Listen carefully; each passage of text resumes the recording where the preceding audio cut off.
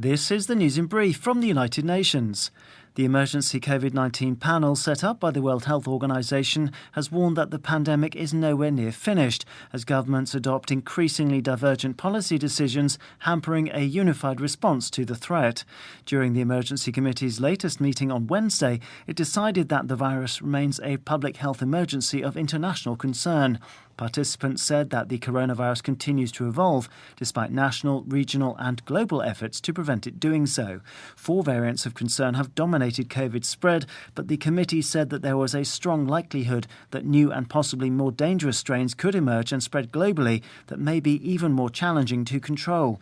Among its recommendations, the panel said it was key that at least 10% of all countries' populations were vaccinated by September 2021. This could only happen with increased global solidarity, they said, which was needed to protect vulnerable populations from the emergence and spread of dangerous variants.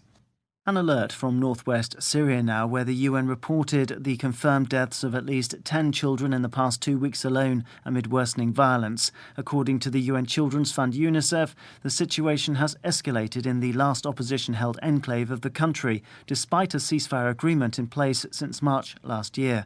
The agency said that 3 children were killed in 2 separate attacks in the de-escalation zone on Thursday morning. This is a terrifying sign that violence is coming back to Syria, UNICEF said in a statement. A UN-appointed independent rights expert has spoken out at the death in custody of a renowned Catholic priest who suffered from Parkinson's disease.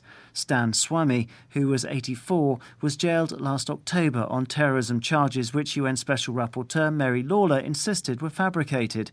The Jesuit priest faced harassment and repeated interrogations in prison and died in custody on the 5th of July, despite requests for his release as his health deteriorated.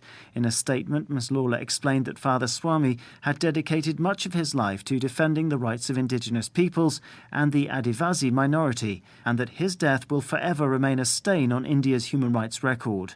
She said that she and other UN independent experts had approached the Indian authorities with their concerns about the case. According to Ms. Lawler, the priest's illness meant that he had severe tremors in both hands and had great difficulty eating, drinking and washing. In November last year, she said that his requests for a drinking straw and warm winter clothes were denied and that he contracted COVID-19 in prison. There is no excuse ever for a human rights defender to be smeared as a terrorist and no reason that they should ever die the way Father Swamy died, accused and detained and denied his rights, the Special Rapporteur said. Daniel Johnson, UN News.